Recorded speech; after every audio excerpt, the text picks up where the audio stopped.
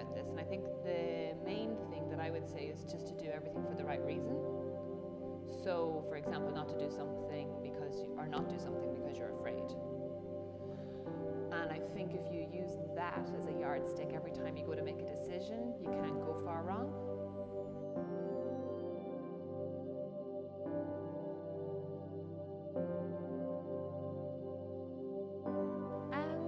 I suppose a lot of times, just things of decisions of whether it was what I was going to study, where I was going to study, and then afterwards there's pressure to maybe use your studies when you don't necessarily have to. So as much as I learned a lot from school and university, I've actually never used my bits of paper, and I'm fine with that.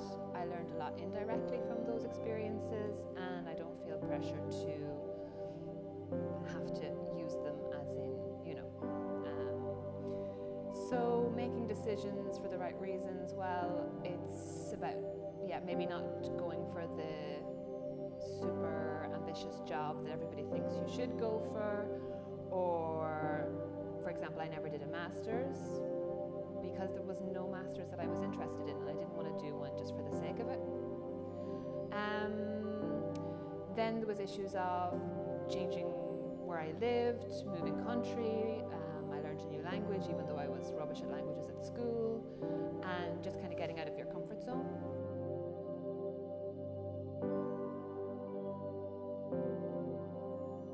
In retrospect, it was difficult, but at the time you just get into a kind of a zone where you are so determined to do something that it's not difficult at the time.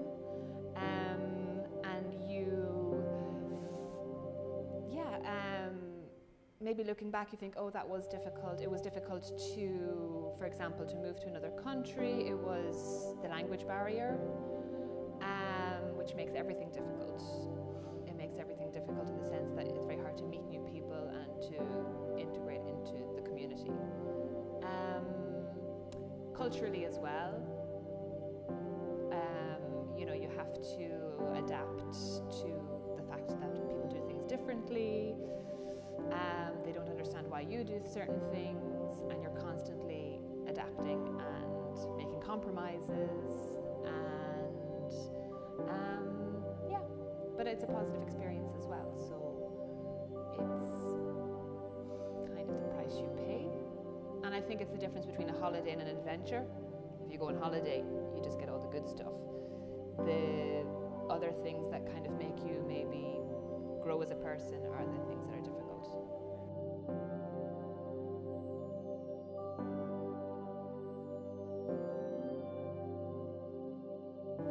I was lucky in the fact that I wasn't under pressure from family, but I probably felt maybe society expected me to go and do a certain thing. So whether it was to use my degree or to do a master's, PhD, whatever, to get a high-paying job, and I wasn't interested in any of that. But I'm pretty strong-willed, I guess, so I didn't really mind or didn't care so much what, or at least I don't think I did, what society sort of expected. And I was always surprised when friends or people my age kind of got bogged down with that kind of thing.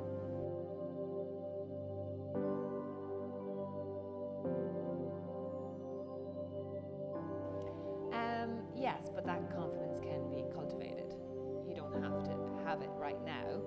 You can, I think if you want something enough, you can find the confidence to do it, because there's always going to be an element of where you think, I can't not do this, I'll go crazy if I don't do this, so then confidence becomes a bit irrelevant. It's nearly a matter of, not to sound too dramatic, but a matter of survival of, you just have to. If your instinct is that strong, you will just do it. And if you don't really want to do it, you'll find excuses not to do it.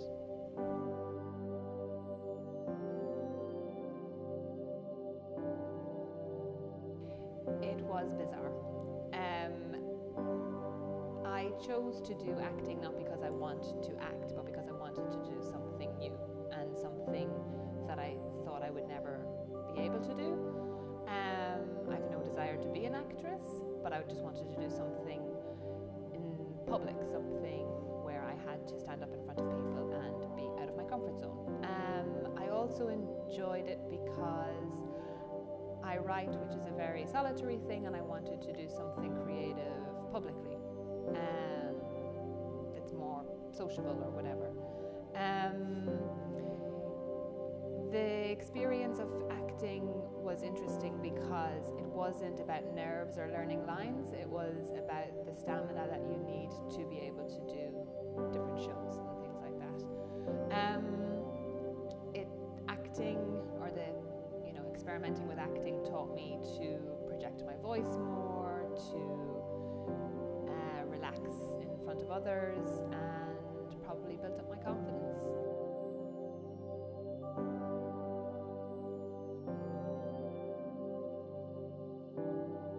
It was not just the high of the first night of the show.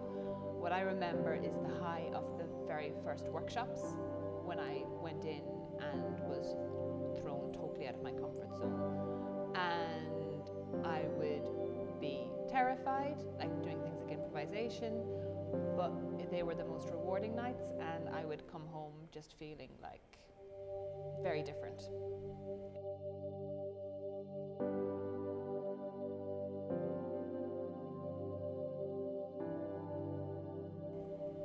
My dream is to write, be a writer, not necessarily to live from being a writer. I would be fine once I have enough financial stability that permits me to write. I don't want the pressure necessarily of having to earn a living from writing, because it's too precious to me to treat it that way. But I'm never worried about it. I know I'll always find a way and find time to write. Again, it's about decisions and what your priorities are, and you have to be very determined, very thick-skinned, and it's a lot of hard work.